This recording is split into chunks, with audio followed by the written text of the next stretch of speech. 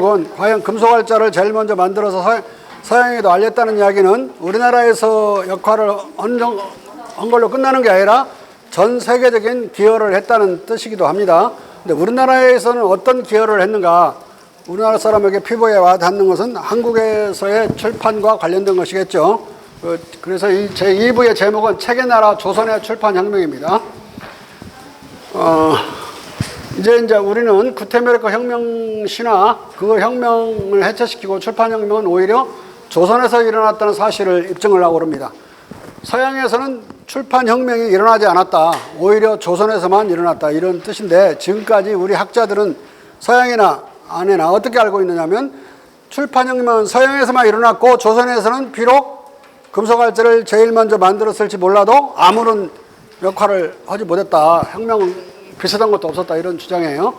구텐베르크 혁명이란 무슨 뜻이냐면 서양 학자들은 구텐베르크 금속활자에 의해 출판혁명으로 유럽에서 서적 출판이 폭증해서 이 노동자들도 책을 살 수 있을 만큼 책값이 저렴해졌고, 세 번째, 책 읽는 노동 대중의 등장으로 모든 근대화가 가능했다고 주장합니다. 이 출판혁명이라는 게 엄청나게 중요한 사실이죠. 근대화가 가능하게 만들어준 가장 밑받침이니까. 한편 한국에서는 금속활자 발명이 서양보다 빨랐을지 모르지만 이런 출판혁명은 일으키지 못했다고 헐뜯고 있습니다. 더 큰 문제는 이 구텐베르크 혁명이라는 날조된 신화에 일부 한국 학자들이 동조하면서 복창하고 있는 거예요. 이런 한국인들은 열등의식과 부의 자멸심리, 외국에 붙어가지고 자기 문화를 경멸하는 심리를 부의 자멸심리라고 그럽니다. 부의 자멸심리에서 금속활자를 세계 최초로 만들었으면 뭐하냐 라며 한국활자의 세계 최초라는 사실까지도 무의미하게 만들어버립니다. 그러나 팩트는 서양에서 구텐베르크 혁명은 없었고 세계 최초의 출판혁명은 오히려 조선에서 일어났다는 것입니다. 구텐베르크 활판술의 치명적인 기술적 결함과 활판술에 대한 알파벳 자모 문자의 부적합성은 출판혁명을 봉쇄했습니다. 아까 얼마나 알파벳이 인쇄에 부적절한 것인지를 말씀드렸죠. 반면 한국 금속활자의 할인 번각 시스템의 기술적인 탁월성과 한글 문자 체계의 적합성으로서 조선에서는 출판혁명이 오히려 일어났습니다. 조선 활자의 기술적인 탁절성은 조선 활판술이 1920년, 1930년까지도 아니 1960년대까지도 서양 인쇄술에 대해 경쟁력을 발휘한 데서 입증이 됩니다. 1965년까지 해도 좀 고풍한 또 아주 잘난 집안에서는 족보 찍을 때 우리나라 금속활자로 찍었어요. 인쇄소에서 안 찍고 그럴 정도로 오랫동안 경쟁력을 발휘했습니다. 8개 정씨 세고는 1922년, 함종어씨 세보는 족보보다 조금 세파로 가는 걸 세보라고 합니다. 1929년 금속활자로 할인했고 진계문집은 1925년, 학산유고는 1947년, 창산세적은 1948년, 극제선생문집은 1963년에 목활자로 할인됐고 이 할판 인쇄술은 36년 항일 전쟁기를 뚫고 1960년대까지도 서양 인쇄술에 대해서도 끈질긴 전투력을 발휘를 했었습니다. 여러분들은 서양 금속활자 인쇄술이 두루잡아야 우리 금속활자는 싹 사라진 걸로 알 텐데 전혀 그러지 않았다. 80년간 경쟁력을 유지했어요. 근데 오히려 이들이 우리를 앞질러게 된 건 우리 활판술의 중요한 그런 할인 번각 시스템과 유사한 그렇지만 더 발전 가능성이 있는 지형 연판 시스템이라는 걸 1900년에 발명을 합니다. 미국에서. 그러면서부터야 뒤집혀지기 시작하고 그게 세계적으로 확산되는데 50년이 걸려요. 2차 세계 내내 치르면서 확산돼서 1945년부터 한국에도 완전히 이제 정착을 시작하게 됩니다. 유교국가는 백성을 먹여 살려야 되는 양민국가이자 백성을 가르쳐야 되는 교민국가였어요. 교민국가라면 일단 학교 노릇을 해야 돼요, 국가가. 그리고 학교 노릇을 하면 뭡니까? 책도 없으면 책을 찍어내서 공급해 줘야 돼요. 그래서 학교 국가이자 출판사 국가여야 됐습니다. 이 두 가지 특징이 조선국이 고려국가와 다른 결정적인 특징이에요. 고려국가는 불교국가였지 유교국가가 아니었거든요. 그러니까 유교 정부이기는 했지만 유교 국가는 아니었어요. 국가는 불교적이었고 정부만 유학자들이 이제 다스렸다면 조선은 국가도 유교적이고 정부도 유교적이라서 백성을 가르쳐야 되는 것에 대한 존재이유, 정부나 국가는 왜 있느냐? 백성을 먹여 살리고 가르치는 데 있는 것이다. 안 그러면 있을 필요가 없다. 이런 생각이 이 유학자들 사이 머리가 쩔어 있었던 거죠. 그래서 교민국가, 백성 양민 교민권에 따라 유교국가는 교민국가 있고, 교민국가는 학교국가인과 동시에 학교 교재를 대는 출판사 국가였습니다. 학교국가라서 조선은 임난 이후에 학교제들을 중국보다 더 충실하게 완비했습니다. 조선 정부는 18세기까지 78,318개소의 공사립 서당을 세웠고 333개소의 향교, 오늘날 말하면 중고등학교가 합쳐진 게 향교예요. 아마 여러분들 지나다니다가 향교 유물들을 볼 거예요. 지금도 향교 80개 정도는 지금도 운영하고 있습니다. 지역사회 무슨 홍보나 교육을 위해서. 33개 중에 80개만 운영되고 나머지는 유적으로 남아있는 거죠, 지금은. 9개소의 대학교, 8도의 지방대학은 영학이라고 불렀는데 8개소가 있었고, 중앙에 성균관에서 9개 대학이 있어서 학교가 전체 8만 개소, 78,660개소의 학교가 18세기에 완비가 됩니다. 그러면은 그 학생들이 얼마나 많았겠어요. 학생들에도 교재를 대야 학생이지, 그게 교재도 없는 학생은 있을 수가 없는 거죠. 그만큼 출판 역량이 최고조에 달해 혁명이 나지 않으면, 출판 혁명이 나지 않으면 될 수가 없어요. 그걸 매년 500만 부의 책을 나중에 되게 되는 건데, 총 학생 수는 78만 명이고 당시 인구는 1000만인데 학생 수가 78만이었어요. 19세기에는 130만 원을 추산하고 있습니다. 각급 학교를 졸업한 식자들, 서원의 유생들, 관청의 관료들, 사찰의 승려 등으로 이루어진 식자층도 수백만 명으로 증가해 있었습니다. 향교를 졸업한 졸업생들은 다 식자였을 게 아니에요? 아는 사람? 조선 정부는 따라서 매년 적어도 4에서 500만 부의 교재를 학생과 식자층에 공급하는 출판사 국가였습니다. 출판사 국가라서 조선 정부는 사찰, 서원, 사가, 상업출판사, 아까 서사라고 그랬죠? 측면 지원 아래 매년 이 천문학적 서적 수요를 충족시켰습니다. 국가만 다 그걸 찍어내서 줄 수가 없고 일반 저런 데도 많이 찍어서 측면 보조를 해준 거예요. 안 그러면 500만 부를 매년 500만 부인데 그것도 500년간 500만 부가 아니라 어마어마한 규모입니다. 그러니까 조선어 할인본 책 중 총수는 현 시점에서 일단 14,117종입니다. 종류만. 우리 누구죠? 빌 게이츠가 5,000종의 책을 읽었대요. 빌 게이츠가 천재도 다 못 읽을 양을 500년간 찍어낸 거예요. 종류를. 부스로는 따질 것도 없어요. 목판으로 엄청 찍었으니까 그건.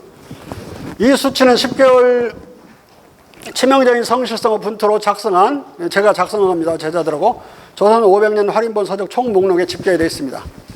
책에 부록으로 실려 있어요.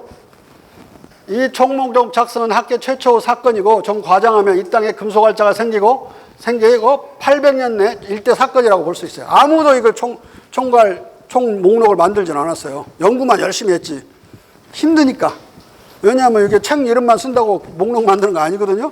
그 책이 몇 권, 몇 책이고 누가 지었고 몇 년도 무슨 활자로 찍었고 개미자로 찍었느냐 경자자로 찍었느냐 다 밝혀야 되고 내용은 뭐고 이걸 쓰려면 책 한 권이 상당히 많은 정보를 제공해야 되니까 이걸 14,117번 한번 해보세요.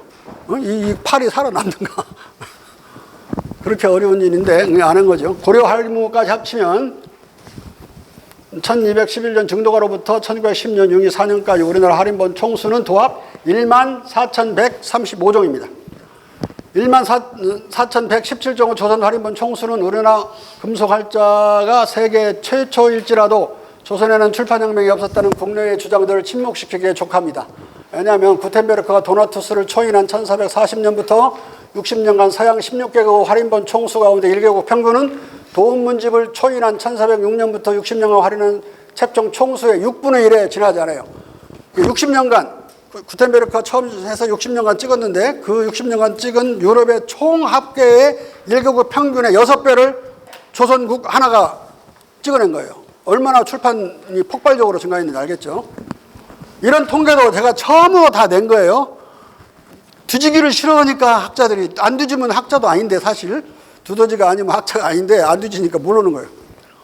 조선에서 공적 사적으로 출판된 책 부수는 전국적인 번각범을 고려할 때 16개국의 일국 평균치보다 비교할 수 없이 많다. 얼마만큼 많이 찍어내는지 몰라요. 전국에서 번각범은 찍어냈으니까 그건 계산할 수 없이 많습니다. 서양과 한국의 학자들은 거의 다 거의 모두 다 유럽 전체의 출판 수치를 조선 199 수치와 비교하면서 유럽이 혁명적으로 우월했다고 오판합니다. 16개국 평균인데 그걸 우리나라 혼자 비교하면은 그들이 많은 것처럼 나타나죠. 그러니까 얼마나 이 주의력이 없는 학자인지 우리나라 학자들을 알 수가 있어요. 그러니까 학자들 한 10분의 9는 발라내야만 여러분들이 헷갈리지 않고 살 수가 있어요. 말도 안 되는 소리 자꾸 가르치니까 이 말 듣고 저 말 듣고 그냥. 그래서 15, 16세기 중국 조야에서 조선을 문헌지방, 즉 책의 나라라고稱성했던 것입니다. 조선의 인쇄본 서적 총수는 할인본과 목판본을 다 합치면 얼마일까? 규정학과 장서하고 소장 서적 합계는 필사본, 고려, 목판본과 할인본, 여기 이제 고려 목판본은 아까 말씀하신 대장경과 8만 대장도 다 들어가는 거예요. 지도, 비명탁본, 영사본, 일제, 강정기 출판사까지 싸잡아 29만 종입니다.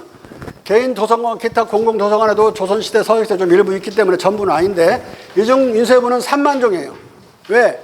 규장각, 장서각의 전체 소장 서적의 10분의 8구는 필사본, 고려서적, 지도, 비명탁본, 영사본 이런 것들이라서 싹 빼고 나면 약 3만 정도만 남습니다. 이 중 절반은 출판 주체의 정체 분명한 16,792종, 이거 나머지 1만 3천여 종은 정체불명의 출판 주체들이 제작한 할인본, 목판본, 석판본이다. 500년 동안 관민이 매달 찍어낸 새 책은 매달 찍은 게 5종류씩 찍었어요. 이 수치가 부수가 아니라 책종 수익가닥에 그때 그 시절의 출판 역량치고는 세계 최고일 수밖에 없었다. 중국 인쇄서적의 책종 수는 이보다 많았겠지만 한 달에 200종을 찍어냈다 하더라도 중국 인구가 조선 인구보다 45에서 50배 많았기 때문에 이 프로코프 두 당으로 따지면 우리보다 적어요. 훨씬 적어. 조선은 독서 출판 서적거래의 자유 나라였다. 조선 정부는 중국인들이 문예지방 또는 예의지방이라는 뜻으로 부른 문헌지방이라는 찬사를 책이 많은 나라, 두 번째는 독서 출판 서적거래 자유 나라 의미로 또 이해를 했다. 특히 정조 임금이 그랬어요. 역대 조선 정부는 금속활자의 사주, 개인이 주조해내는 것과 목활자의 사제를 자유 방임했다. 조선은 결코 정부가 활자 주조와 출판을 독점한 적이 없어요. 정부 혼자 그 많은 책을 대기가 어려운데 민간이 만들어주는데 고마울 뿐이지 그걸 왜 탄압을 합니까? 탄압했다고 써놓은 놈들이 많아. 이게 교수놈들이. 나보다 어린 놈 자식들이. 나는 지금 청년 퇴직이 있으니까 지금 교수는 전부 나보다 어립니다. 그냥 연구도 안 하고 그렇게 막 써놔요. 그러면 여러분들은 어떻게 합니까? 헷갈려버리지 다. 탄압한 적이 없어. 거꾸로 개인이 만든 활자를 빌려 쓰기도 하고 그대로 도움을 받기도 했습니다. 정부와 민간이 오히려 정부가 이 사주 금속활자와 사제목활자의 도움을 받기도 했는데요. 사인이 정부에게 사주 사제활자를 빌려줌으로써 직접 지원하기도 하고 서사들은 모자라는 출판사죠. 개인 출판사들은 학교 교재를 공급함으로써 측면에서 지원하기도 했다. 정부와 민간이 만든 활자 총수는 약 300종이었어요. 정부에서 만든 활자 총수는 69종, 민간에서 만든 정체 분명한 활자 총수는 42종입니다. 정체불명 활자가 더 많아. 왜냐하면 다 일일이 기록할 수 없어. 개인들이 자기 사가에서 만들어서 책 찍어 쓰고 또 자기 그 서당에서 만들어 쓰고 막 그러는데 어떻게 그걸 다 찾아냅니까? 300종 가운데 231종은 민간 활자였다. 이 중 정부 제작 한글 활자는 16종이었어요. 조선조 한글 할인본 서적은 총 265종이었습니다. 왜 이 말을 제가 써놨느냐? 한글 세종대왕이 발명해서 가장 과학적인 글자라고 하면 뭐냐? 금속활자로 찍어놓은 게 별로 없는데 이렇게 또 비방하는 자들이 많아요. 깎아내리는 자들. 알지도 못하고 한번 통계를 내보지. 그럴 정성은 하나도 없는 자들이에요. 무시해도 되는데 할 수 없이 반박하는 겁니다. 265종의 한글 할인본은 조선 500년 동안 정부와 민간에서 간행된 총 277종의 할인본 불서, 불경 서적보다 거의 비슷하죠. 숫자가 399종의 성리학서 비슷해요. 419종의 의서와 비교해도 결코 적은 수가 아니다. 한글로 써고 임금님도 한글로 지었고 용비용천가는 세종대왕이 지은 시문이죠. 순 한글로 돼 있어요. 처음부터. 15, 16세기 유럽, 조선은 당대의 세계 어느 나라도 흉내낼 수 없는 출판사의 나라였다. 정부 출판사는 여기 위에 올라가야 되겠습니다.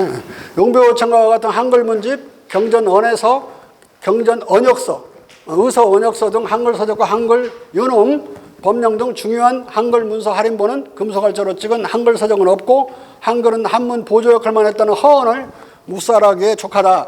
여기서 유놈은 임금님이 백성에게 무슨 말을 할 때 내는 글을 유놈이라고 그래요. 그 유놈도 한글로 냈어요. 정조는 대부분의 유놈은 한글이었다. 한글로 나오고 한글로 방도 붙여지고 그랬어요. 그리고 법령집도 정조는 한글로 냈어요. 왜냐하면 농업과 관련된 어떤 법령인데 농부가 못 읽으면 말짱 강의자는 한글로 냈어요. 다. 또 최초로 고아원을 정조가 전국적으로 고아원을 지었는데 고아원을 지으라고 할 때 고아가 된 사람이나 고아를 발견해서 갖다 줄 사람들은 일반 백성이잖아요. 그것도 한글로 자율전칙이라는 법령을 한글로 썼습니다. 그리고 이제 수령이 감독 오게 만들고 전국적으로 고아원이 생겼어요. 정조 때 18세기 중반에. 고아원은 최근에서 1950년 이후에야 생긴 것이나 일제 때 생긴 걸로 생각하면 안 돼요. 고아원은 이미 그 250년 전에 고아원은 있었다. 전국적으로 있었습니다. 조선은 당대 세계 어느 나라도 흉내낼 수 없는 출판사의 나라였다. 한국 출판사는 정부 출판소는 출판사가 아니라 소라고 그랬어요. 19개소였지만 민간 활자 231종은 대략 231개소의 서사를 뜻하고 따라서 관민 총 출판사 수는 250개소로 추산된다. 15, 16세기 유럽 16개국 구텐베르크식 출판사는 1500개였으나 일국으로 치면 94개소에 지나지 않으니까 우리나라는 훨씬 많았던 거죠, 출판사가. 그리고 그 출판사가 책 한 권 내고 출판사라고 그러고 있었고 네 권 내면 많이 낸 거예요. 왜냐하면 이게 아까 말한 대로 번각으로 넘길 수가 없으니까 계속 그 조판을 창고에다가 300장이면 300장을 계속 보관해 두고 있으니까 다른 책은 못 찍죠. 그 책이 더 이상 안 팔릴 때까지 해판을 못 하는 거예요, 조판을. 그러니까 이게 아까 사판이라고 그랬죠. 죽은 거나 다름없는 판이었다, 서양권. 조선 목판본은 많은 것처럼 보이지만 활인본을 그대로 복제한 번각본을 뺄 때 조선 500년 동안 나온 목판본 책종 총수는 2675종에 불과했다. 목판본은 활인본 총 책종은 5분의 1도 안 됐다. 왜 또 이 말을 제가 하느냐. 우리나라 금속활자 만들었다고 치지만 대부분 인쇄된 책은 전부 목판본이었다고 주장하는 자들이 있어요. 쉬어보지도 않고 5분의 1도 안 되는데. 에? 학교와 출판사로서의 국가의 백두대간 버팀목은 관민이 제작한 금속활자와 이에 기초한 할인 번각 시스템이었음을 재확인할 수가 있다. 조선 정부와 사유는 금속활자 출판혁명이 없었다면 교재 수요와 기타 서적 수요를 충족시키지 못해 출판사로서의 국가가 파탄났을 것이다. 조선의 출판혁명은 금속활자의 특별한 장점과 다책종 생산이죠. 목판의 특장, 대량 생산을 결합시킨 할인 번각 시스템 덕택에 가능했다. 그러니까 할인 번각 시스템이 뭔가 앞에서 잠시 말씀드렸지만 좀 자세히 보면 목판 인쇄술의 고유한 장점은 같은 책의 대량 생산이고 할판 인쇄술의 고유한 장점은 다른 책들을 다양하게 찍어내는 다책종 생산입니다. 할인 번각 시스템은 이 두 장점을 결합시켜 다책종 대량 생산을 구현하는 겁니다. 목판술의 장점과 문제점. 이게 개조 목판 또는 개판 목판이라고 그러는데 처음으로 세계에서 만드는 목판을 말하는 겁니다. 책을 찍어내려면 시간과 공비가 많이 들었다. 개조 목판 제작의 경우에는 글씨를 잘 쓰는 명필이 저자의 초서체의 원고를 탈초하며 초서체로 친 걸 정자로 풀어 쓰는 걸 탈초라고 그래요. 그래서 전부 우리나라 왕조실록도 다 초서체로 써져 있어서 지금 보관하고 있는 것은 다 탈초본이에요. 정자체로 바꾸는 거라고. 그리고 이순신장원의 난중일기도 전부 초서체로 쓰여 있어서 초서체 진중일기라는 게 따로 있어요. 책방에 가보면. 그건 초서체로 되어 있고 그걸 사진으로 찍어놓고 다시 탈초해가지고 정자로 해놓고 한국말로 번역된 책이 있습니다. 해군사관학교에서 나온 거. 그건 진중일기. 난중일기는 읽으나 마나요. 너무나 그 이순신장군을 영웅화 해놔가지고 너무나 우리 정조 임금이 이순신 장군을 좋아해서 안 좋은 소리 다 빼놓고 좋은 소리만 다 남겨놨어요. 그냥 각시도 막 4명씩 데리고 자고 그래서 하룻밤에 그런 거 써놓으면 이순신 장군이 조금 누가 될까봐 정조가 싹 빼버렸고 그리고 맨 천만 쳤어요. 천만. 점 2개 친 거 남기고 싹 없어요. 싹 지워버렸어요. 난 다 읽어봤어요. 그거. 원본을 다 봤으니까. 그때가 좋았을 것 같은데 각시를 4명씩 어떻게 감당했는지 모르겠지만 전쟁 나가기 전에 항상 그렇게 3명씩 4명씩 같이 잤어요. 교수님 보셨나요? 보지는 뭐 읽어봤다고.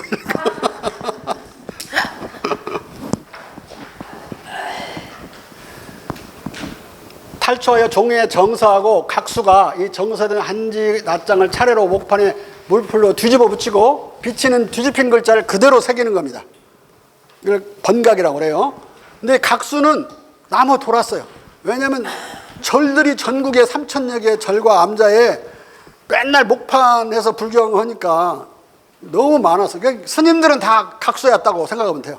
그냥 부르면 금방 와서 60명이 일제히 투입되거든요. 이랬는데 따라서 목판 제작 시에는 제일 먼저 명필을 구해야 하고 동네 명필이라도 구해야 돼. 이 명필의 정서 작업에 상당히 많은 일수와 공비를 들여야 됐다. 또 각수가 명필의 느린 속도에 맞춰 각판을 하므로 각수를 한 명밖에 못 쓰는 거예요. 나오면 각판하고 낙판하고 그러니까. 근데 만약에 책을 해체해버리면 한꺼번에 240페이지를 쫙 풀어놓으면 60명을 투입하면 하루에 4장씩 각판하면 하루에 끝나버리죠. 이건 오래 걸려요. 그래 명필 1인이 하루에 6페이지를 정사하고 각수가 정사하는 쪽쪽 각판한다 해도 240페이지짜리 원고 목판 제작도 2달 이상이 걸렸다. 그러나 한 번 조각된 목판은 반영구적으로 150년 이상 쓸 수 있어 책을 대량 생산할 수 있는 특별한 장점이 있었다. 목판의 장점이죠. 앞에는 전부 목판의 단점이야. 반면 번각은 정사 작업을 건너뛰어 할인본 책을 해체해 바로 각판했다. 중앙에서 금속알조로 책을 100에서 200부 정도 할인하고 이 할인된 책을 전국 8도의 가명에 내려보냈는데 완영, 영영, 기영 등 8도 가명에서는 중앙에서 내려온 할인본 서적을 받아 바로 목판을 새겼다. 구체적으로 가명은 중앙 할인본 책을 해체해 얻은 낱장들을 동시에 수십 개의 목판에 뒤집어 붙이고 수십 명의 각수들을 동시에 투입해 목판에다 거꾸로 비치는 낱장의 글씨를 그대로 복제했다. 노래는 각수 1인이 하루에 4개의 목판을 새긴다고 할 때 30명의 각수를 쓰면 240여의 책을 각판하는데 공정은 단 이틀이면 완료됐고 60명이면 하루면 끝났겠죠. 여러 사료에는 보통 30에서 60명의 각수를 투입한 것으로 나타납니다. 계속 보면 30명 썼다 60명 썼다 그렇게 써져 있어요. 밑에. 이 번각 목판으로는 개조 목판과 같이 150년 이상 사용 대량 생산에 이점을 누릴 수 있었다. 대량 생산을 했으니까 이 어떻게 된가요? 그거 끊어져 버렸어요. 이 할인 번각 시스템의 4가지 이점을 보면 1. 활자 조판으로 100에서 200부 할인한 뒤 재판, 3판 인쇄는 번각으로 넘기고 기존 조판을 해판, 재확보된 활자로 다른 책을 바로 재조판, 다른 책을 계속 할인하는 활판술 본연의 특별한 장점, 다첩종 생산을 그대로 살릴 수 있었다. 두 번째는 사용한 활자들을 반복해서 재사용을 할 수 있으므로 활자 주자를 결정적으로 전략할 수 있고 한자 활자도 10만여 개, 많아야 30여 개의 활자만 주자하면 어떤 거지로 한문 서적이라도 다 인출할 수 있었다. 한 출판사가 서양에서는 4권 정도 내고 680만 개의 알파벳 활자를 가지고 있어야 됐어요. 680만 개. 근데 조선 전체는 500년을 만들어낸 활자 개수를 싹 합쳐도 400만 개가 안 됐어요. 그러니까 활자 낭비가 어마어마한 거죠. 이 구텐베르크식은.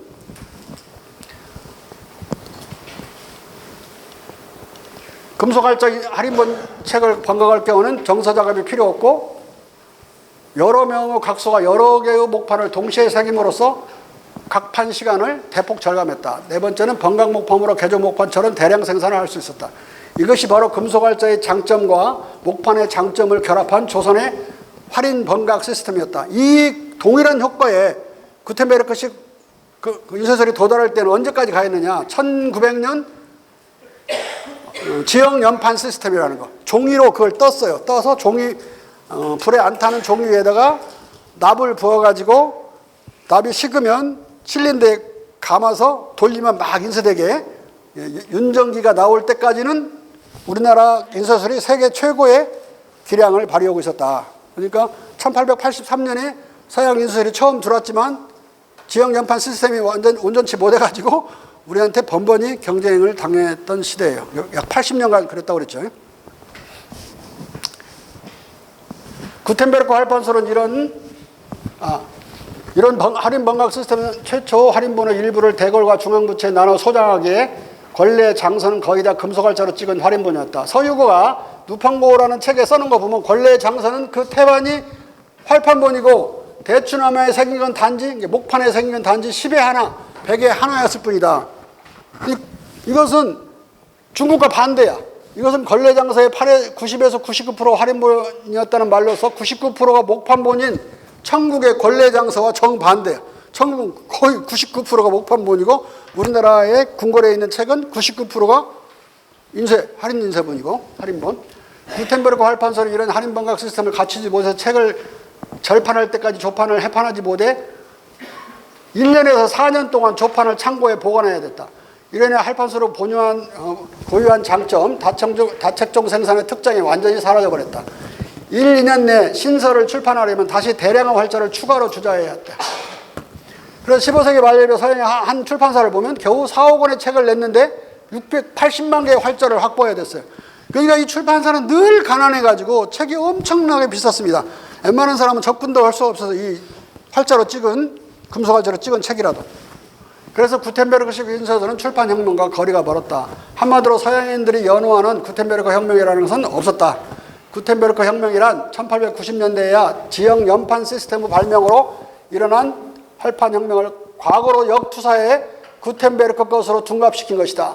지형 연판, 그러니까 아까 1929년까지도 구텐베르크가 금속활자 발명가라고 그 영국 사전에 안 되어 있다고 그랬죠. 오히려 발명가라고 한 것은 1945년 이후에 지형 연판 시스템이 발명돼서 일반화된 이후에 주장되는 거예요. 그러면 그 지형 연판 시스템을 구텐베르크 것인 양 역투사해버린 거죠. 그러니까 처음부터 오류로 출발하는 태도입니다.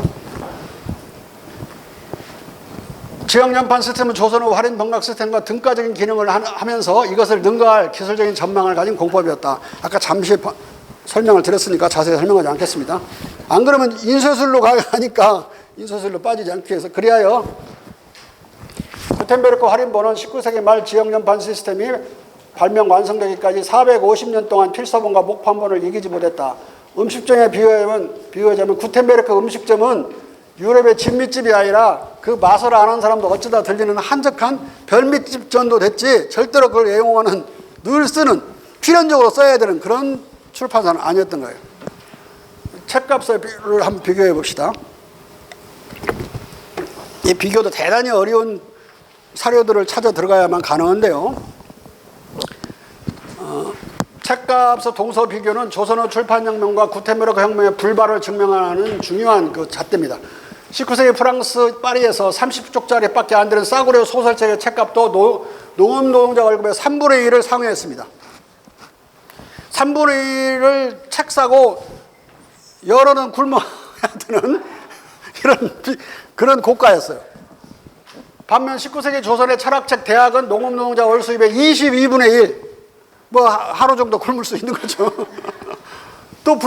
또 다른 철학책 중용은 15분의 1을 밑돌았어요. 그것도 밑돌았어 그냥. 19세기 프랑스의 30쪽짜리 싸구려 소설과 동격인 조선말 대한제국기 싸구려 소설 딱지본 또는 육전소설이라고 그랬어요. 딱지본 소설의 가격은 1890년경 농업노동자 월 수입의 75분의 1. 그러니까 여러분들은 무슨 뭐 판소리나 뭔가 이런 거 영화 같은 거 할 때 장터에다가 깔아놓고 파는 거 있죠. 그 책. 그게 그렇게 쌌어. 그러니까 그 보따리 장씨들이 갖고 다니지. 비싸면 갖고 다닐 수 있겠어요. 강도 만나지.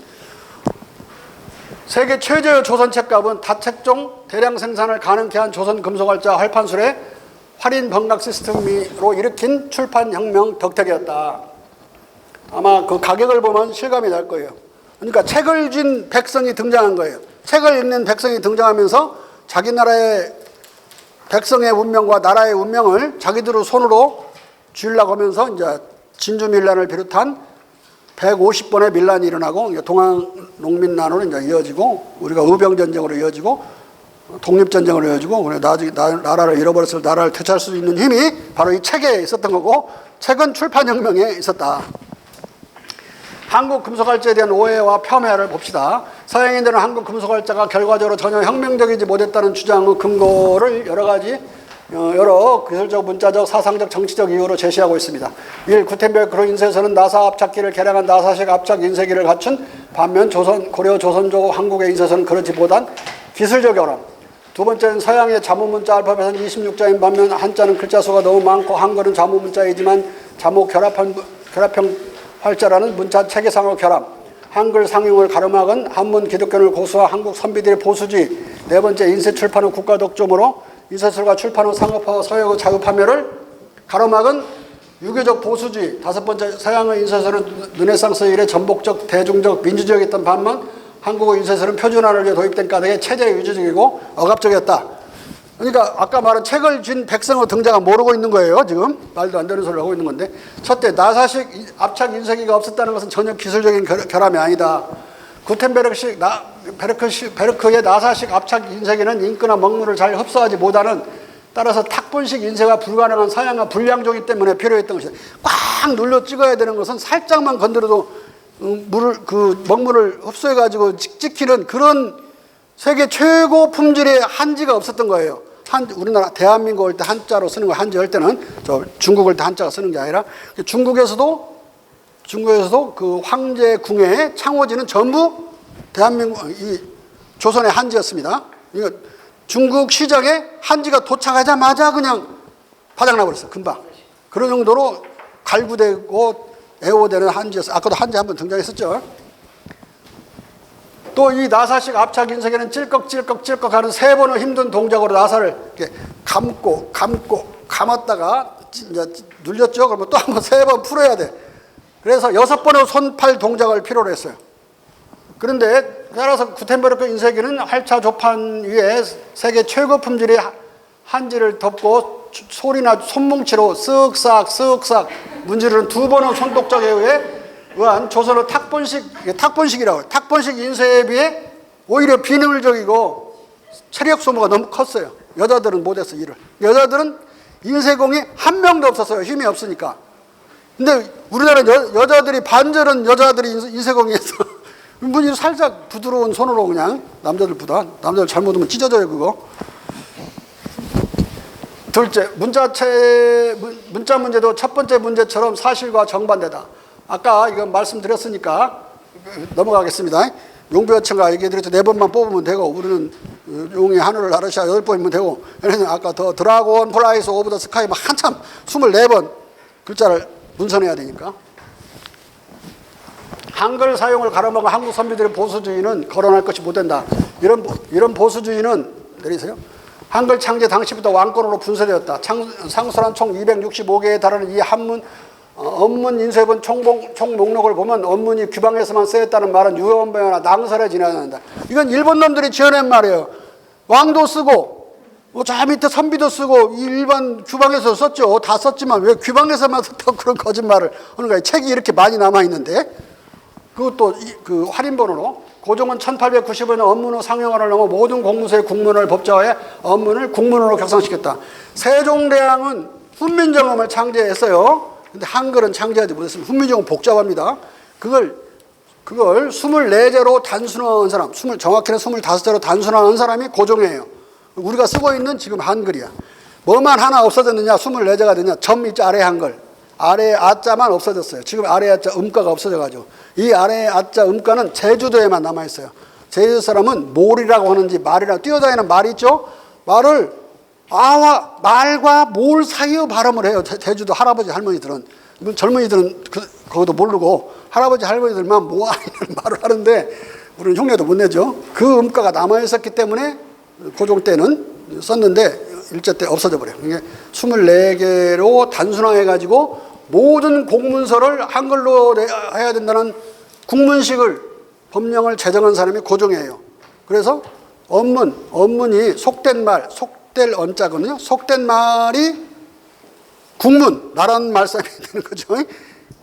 국문으로 만든 사람은 세종이 아니라 고종이다. 그래 지금부터 120년 전부터 정부 문서와 실록 그리고 정부 간행 교과서는 다 순한글 또는 구간문으로 할인되었다. 고종 시대에 나온 모든 신문은 독립신문을 비롯해 국제신문이 모든 신문은 순한글이든지 구간문 혼용체든지 그랬어요. 구간문 혼용체는 2개만 신문이 그랬는데 말이 구간문 혼용체 거의 한문이고 이더라 뭐 이런 거나 하나 들어있는 항성신문하고 나중에 대한매일신보 두 개가 그랬는데 한 번 모르면 못 읽어요. 토만 다루는 거니까. 근데 이것도 저것도 아닌 국한문 혼용어 신문은 동아일보와 조선일보가 그따위 식으로 썼고 일본문 문자가 그렇게 되어 있습니다. 일본 말이 지금도 한자하고 일본말 가다가다가 섞여 있죠. 그게 일본 투로 신문이 나온 거예요. 조선일보고 이 동아일보가. 조선은 빼먹고. 에? 일본 놈이. 그뭔 소리죠? 따라서 조선 선비의 유교적 보수주의 타령을 할 것이 없어요. 실제로 따져보면. 넷째, 인쇄 출판의 국가 독점으로 인쇄술과 출판의 상업화와 서적의 자유 판매를 가로막은 유교적 보수주의는 전혀 근거가 없는 역사 날조다. 원래 유교는 전부 그 상업을 중시했고 상업을 억압한 놈들은 전부 관중이나 법가들이었어요. 그러니까 상업을 억압한 성리학자들이나 실학자들 있죠. 이 정약용 같은 놈들은 전부 관중을 엄청 인용해요. 공자 인용 안 해. 이놈이 과연 유자인지 이 법관인지 알 수가 없어요. 나는 그 실학자들을 전혀 인정하지 않아요. 이유는 성리학자이면서 실용적인 목적을 내세우면서 관중만 인용해. 공자 철학은 없어요. 그 안에. 공자 철학 해석한다고 엉터리로 해놓고 더 따질 것은 없지만 여기서요. 조선 정부는 태종 때부터 거꾸로 1791년에 정조는 상공업을 자유화합니다. 이 상공업 자유화는 영국의 상공업 자유화에 90년 앞선 거예요. 그러니까 전 세계에서 중국을 제외하고는 가장 앞선 상공업 자유 정책을 썼죠. 중국은 옛날부터 상공업이 자유였어요. 송나라 때부터. 거기는 따질 것이 없고 중국 사람도 장사 잘한다는 거 알고 있잖아요. 근데 그때부터 그런 거고 장사 무도계 현 정권이 딱 등장했는데 이 공산당 정권이 들어서서 상공업을 싹 개인 상공업을 없애버린 거예요. 그러니까 엄청나게 뒤처졌다가 이제서 일어나고 있는데 다시 또 시진핑이가 뭐 이상한 짓 하던데 박정희 같이 유신 체제를 만든 것 같아요. 박정희 유신 체제. 박정희 유신 체제 오래 갔나요? 이것도 아마 오래 못 갔는데.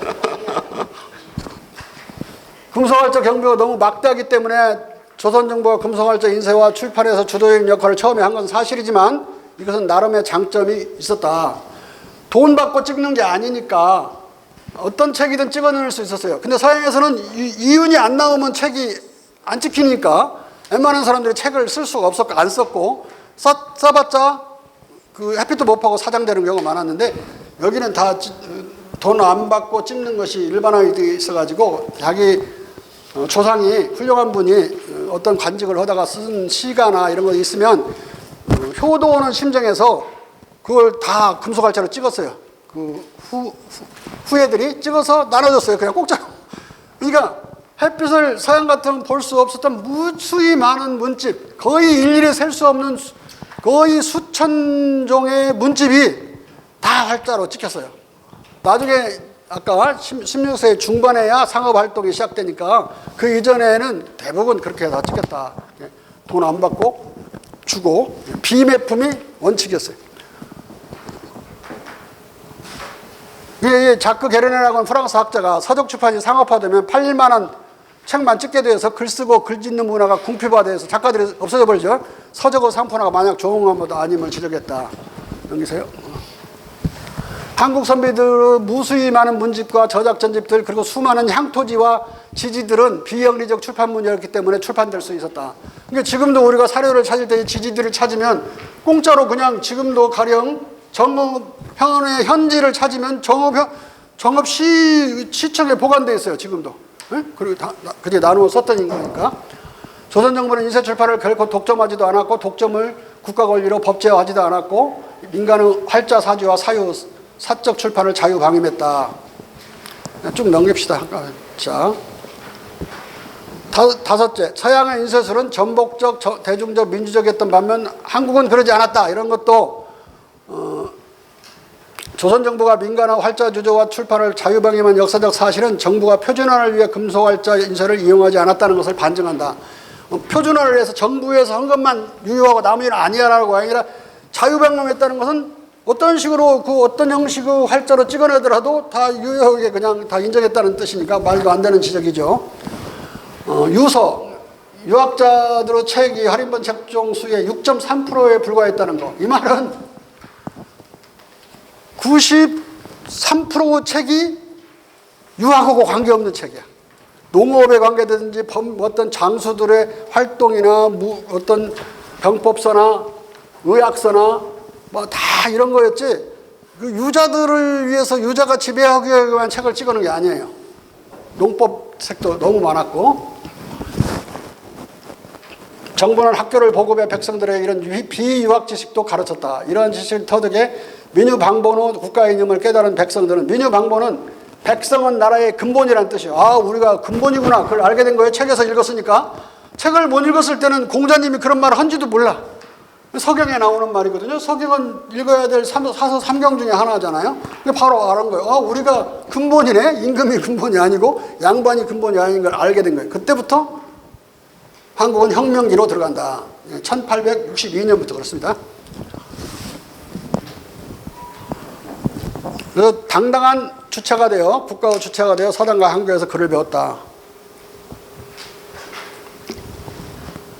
책을 손에 쥔 19세기 조선 백성은 서양 백성들보다 계명되어 있었다. 1866년 병인양요의 참전, 강화도의 침비에 조선 농가를 뒤지고 다녔던 프랑스 해군 장교 앙리 주베르는 하나의 외국 사례만 들겠습니다.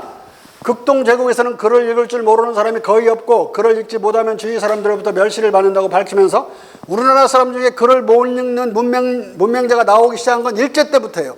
일본 학교 안 가려고 학교 많이 안 보냈거든요. 아예 차라리 모르는 게 낫다고. 일본 놈들 그걸 배우려면 반주로 아동들이 학교 안 갔어요. 서당 가든지 안 가든지. 가면은 다 친일파 됐어요. 일본 학교를 다닌 자들 치고 독립운동 온 사람들은 1%도 안 돼. 1%도. 교육이 얼마나 무섭고 중요한지 알겠죠? 만일 문명자들에 대한 그토록 신랄한 비난을 프랑스에 적용한다면 프랑스에는 멸시받아야 할 사람들이 부지기수였을 것이라고 덧붙이며 이렇게 증언하고 있다. 극동호 모든 국가에서 우리가 경탄하지 않을 수 없고 동시에 우리의 자존심을 상하게 하는 한 가지 사실을 발견할 수 있는데, 그것은 바로 아무리 가난한 집이라도 집안에 책이 있다는 사실이었다. 천자문 하나라도 있었던 거죠. 이게 어디냐면 그 도성이 아니고 강화도에 있는 농촌, 가난한 농촌을 뒤지고 다니다가 들어가는 족족 다 책이 있는 거예요. 이 가난한 농가에도. 놀래서 써놓은 거예요. 자기 일기에다가. 일기에 썼으니까 진실로 썼겠죠. 과장하거나 우리 칭찬하거나 그런 게 아니고.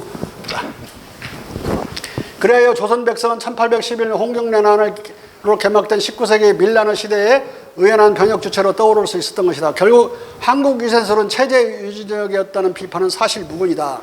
6. 조선에서 석 판매 관행과 한국 학자들의 역사 날조. 1910년에 태종이 주저에서 찍은 책을 팔아라 라고 명령을 해요. 1410년에 안 팔았다는 이야기 말이 안 되는 거야.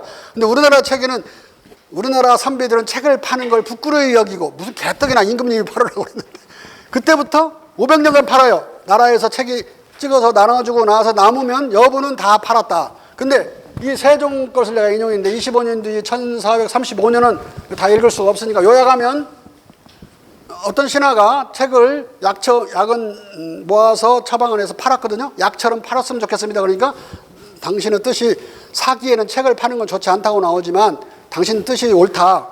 책을 당신이 말한 것보다 많이 1만 권을 찍어서 팔아라. 그리고 주사서에 있는 여러 종류 책을 다 찍어서 팔아라. 그러니까 상소한 것보다 훨씬 많이 팔으라고 확대 판매 명령을 내려요. 세종이. 그 뒤부터 계속 파는 거예요. 쭉. 그러니까 책을 안 팔았다는 소리는 말도 안 되는 소리고, 나라에서부터 책을 팔았으니까 이 서적 판매 원칙은 조선 말까지 그대로 유지됐고, 여기 유이친의 미암일기에도 그 이야기가, 이건 조선 중기예요. 그다음에 조선 말기에 오면 또 황윤석이 여기 전북 사람인데, 사람은 일기에도 책을 계속 국가에서 그 주자서에서 책을 산 기록을 안 했어요. 좀 넘기세요. 그러나 일부 한국학자들은 인쇄출판 후 국가독점 출판 후 상업화와 서적의 자유판매라는 서양인들의 그랬던 주장을 그대로 복창하고 있다. 여기 도대체 요조들이 한국인인지 내가 알 수가 없어요. 세종의 글까지도 다 왜곡해요. 그리고 그것도 뭐 석두들이 그러는 게 아니라 석학이 그래요. 석학 손보기 교수가, 연세대 손보기 교수가 이 금속활자 연구의 대가 중에 대가거든요. 근데 세종령의 책을 못 팔게 만들었대요.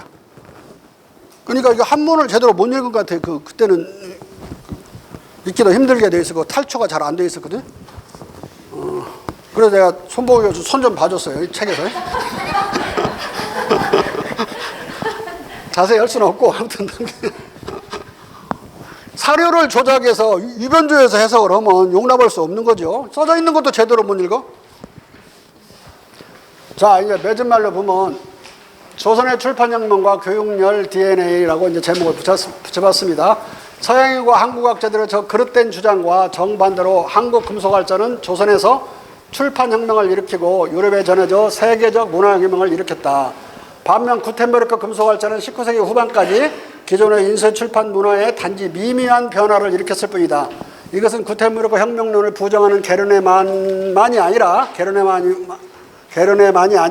구텐베르크 혁명론자 엘리자베스 아이젠슈타인과 존 맨도 실토하는 바다. 이 사람들은 아주 전투적인 구텐베르크 발명론자들이에요. 근데 실제로 보니까 별로 책을 많이 못 찍어놨단 말이에요. 모르고 실토하는, 옆으로 실토하는 거. 나는 놓치지 않고 갖다 인용한 거죠. 따라서 출판혁명이 유럽이 아니라 오히려 조선에서 일어났던 것이다. 그러나 앞서 살펴본 바와 같이 일부 한국학자들은 서양인들의 그릇된 주장에 영합하며 무조건 동조에 조공을 바치는 부의 자멸 심리는 심각하다. 조선 금속발전은 출판혁명을 일으켜 조선을 문헌지방, 책은 나라로 격상시켰고 또 조선의 문헌지방이라는 국제적 명성을 안겨줬다. 학교와 출판사로서 유교국가에서 학교는 조선 후기로 갈수록 삶의 일부가 되었고 조선인은 책을 손에서 놓지 않는 민족으로 변했다. 한민족은 책의 나라 조선 500년을 경과하면서 학교에 가서 책을 붙들고 씨름하는 책의 민족으로 거듭났던 것이다. 학교의 나라, 책의 나라에서 책과 배움의 향학년은 한민족의 집단적 DNA가 되었다. 조선에서는 가난한 부모라도 그리고 자신은 배우지 못했더라도 또는 자신은 학교에서 공부 잘하지 못했더라도 공부 못한 부모가 더 자식들을 닥달을 하죠. 그러면 그럴수록 더욱 자식을 좋은 서당 좋은 학교에 보내려고 애썼고 청소년은 학교 시험지옥 속에서도 시험지옥에 잘 견디죠. 시험지옥 속에서도 책과 씨름하는 것을 불문헌법으로 여겼다. 공부 못한 부모는 그게 포원이 돼서 너라도 공부 잘하라고 더 막 뒷바라지를 더 하고 막 그러는 거잖아요. 책도 없는데 그런 말은 할 수 없으니까 책이 있는 걸 전제로 깔고서 내 책은 얼마든지 사줄 테니까 전집도 사줄까 막 그래갖고 책 파는 놈들한테 많이 속아 넘어가서 읽지도 않는 전집 집에 많이 있죠.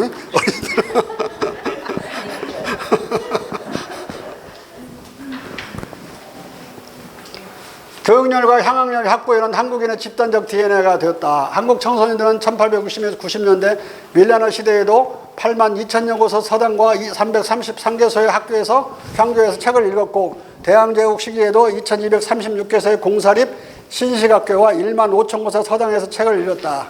식민지 시대의 적빈 속에서 책을 읽었고 해방 직후와 6.25 전후의 극빈 속에서 배워야 산다는 일념으로 학교와 책을 끼고 살았다.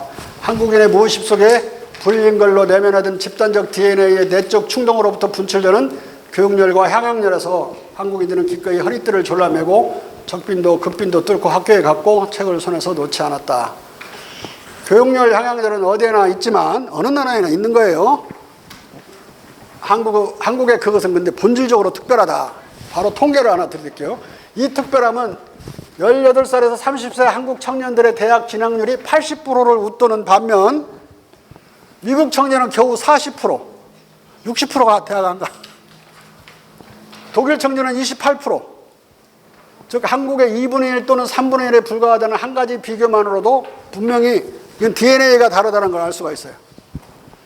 한국인은 IQ 세계 최고의 국민으로 만들고 한국인을 60년간의 민족 순화로 야기된 가난을 20-30년 만에 극복하게 만들고 오늘날 K문화, K데모크라시, K기업, K기술, K방산을 글로벌하게 만들고 프랑스와 미국을, 일본을 앞질러 세계 6대 강국으로 우뚝 서게 만든 비밀 동력은 바로 조선시대에 체질화된 향학열과 교육열이다. 금속알자와 한글 발명의 전통을 이어받은 역사적 영감과 집단적 창의력에서 조선인들은 조선을 중국보다 더 완벽한 도덕적 문헌지방으로 만들었다. 조선 정부는 학교 체계를 중국보다 더 잘 만들고 1인당 서책을 중국보다 더 찍고 책값을 세계 최저로 만들어 이 땅에 책의 나라를 건설한 것이다. 한국의 세계적 진출과 석권의 비밀 병기는 바로 세계 최고의 출판 역량, 세계 최저의 책값 등 엄청난 문교 성과를 달성한 책의 나라 조선에서 500년을 살면서 내면화된 집단적 교육문화 DNA라고 할 수 있습니다. 그리고 마지막으로 우리가 그리는 자기 이미지는, 우리가 누구지라고 하는 이미지는 죽으나 사나 문교, 무력도 문교, 그러니까 무장도 문과 선비처럼 그리는. 한국인은 광화문 광장에 세운 세종대왕의 동상을 용상에 앉아 왼손으로 펼친 책을 들고 앞을 보며 오른손을 들고 무슨 말을 하는 좌상으로 그리고, 이 문교 이미지의 연장선상에서 성웅 이순신의 동상조차도 갑옷을 입었지만 칼을 칼집에 정갈이 집어넣고 칼집을 비스듬히 짚고 서서 앞을 싹 쏘아보며 무엇을 숙고하는 단호한 자세의 군자 모습으로 그렸어요. 무장 모습으로 그린 게 아니라 군자로 그려놨어요. 이 한국적 이미지들은 런던 트라팔가 광장에 서 있는 칼을 높이 쳐들고 세상의 모든 책을 단번에 다 잘라버릴, 싹둑 잘라버릴 같은 마상의 넬슨 제독 동상으로 표현된 영국 군웅의 욕망한 전투적 이미지와 진정으로 상반된 거예요. 예? 누군지 알겠죠? 여러분들이 스스로? 옛날엔 몰랐겠지만.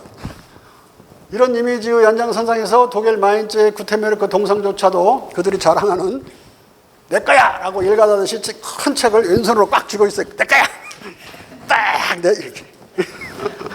그래서 큰 책을 한 손으로 왼쪽 가슴에 움켜쥐고 앞을 응시하고 서 있을 뿐만 아니라 책을 펴볼 생각, 기색도 없어. 이게 이제 제가 빠른 속도로 한 건데요. 나올 책, 제 책은 책 제목을 다시 한국 금속알 실크로드 11월에 이제 이번 주 아니면 다음 주에 나옵니다. 책의 나라 조선의 출판혁명은 내년 1월에 간행할 예정입니다. 좀 시간이 좀 남았으면 질의응답을 받고요. 이거를 갖다가 아까 왜곡하고 있다라는 그런 그 여러 논문이라든가 저서 같은 거를 보면은 이런 얘기를 하거든요. 서양의 그 알파벳 그 구텐베르크가 했을 때는 같은 알파벳을 반복적으로 이렇게 동시에 막 찍어가지고 할 수 있기 때문에 이게 그 인쇄를 할 때 조작적으로 상당히 유리했고, 그래서 이게 널리 아까 내가 대답했잖아. 숟가락을 여러 개를 그냥 한꺼번에 여러 개 만들 수 있다고요. 그렇게 만들었고. 근데 그가 예를 들어서 이제 알파벳 A를 찍는다고 했을 때 그 A를 여러 개를 이제 해서 같이 그 A가 반복적으로 많이 많이 쓰일 수 있는데, 예를 들어서 한자 같은 경우에 하늘 천자가 있다 했을 때 그걸 갖다가 알파벳만큼 그렇게 똑같이 해가지고 이 금속 활자에 넣어가지고 활용하기에는 이 속도라든가 활용면에 있어가지고는 이게 또 떨어지지 않느냐. 전혀 근거 없는 소리. 한자를 하늘 천자를 여러 개 목판에 아까 거기 찍어넣어서 여러 번 찍어내면 수도 없이 많이 만들 수가 있고, 그리고 한 번 쓴 거푸집도 여러 번 쓴다고 그랬잖아요. 그렇게 쓰는 것을 수도 없이 보고 컸어요. 응? 그러니까 그 기술을 모르는 사람은 반박을 못 한다고. 그 말이 맞는 것처럼 느끼지. 그러니까 내 책에 자세히 또 나와 있어요. 꼭 사서 읽어보시오. 교수님께서 이렇게 열심히 하셔가지고 이게 우리나라 금속학자가 훨씬 전에 구텐베르크보다 빨랐다고 하는 게, 교수님 그 학설이 세계적으로 지금 인정이 되고 있는 건지 그냥 우리만의 이야기인지 되게 궁금하거든요. 지금 금방 오셨어요? 처음부터 14개의 학설은 한국 금속활자가 서양에 전해했다고 주장하는 거라고 했어요. 5개는 반박하는 거였고, 그걸 다 정리해드렸죠. 반박당하는 사람도 약점이 있었기 때문에 내가 다시 더 보충해서 말씀을 드린 거고, 세계적으로 알려져 있는 건 내가 아니더라도 이미 알려져 있어서 우리 한국 사람들이 몰라서 그랬지. 어쨌든 세계적으로 인정이 되었다는 진짜 감사하고 고마운 일입니다.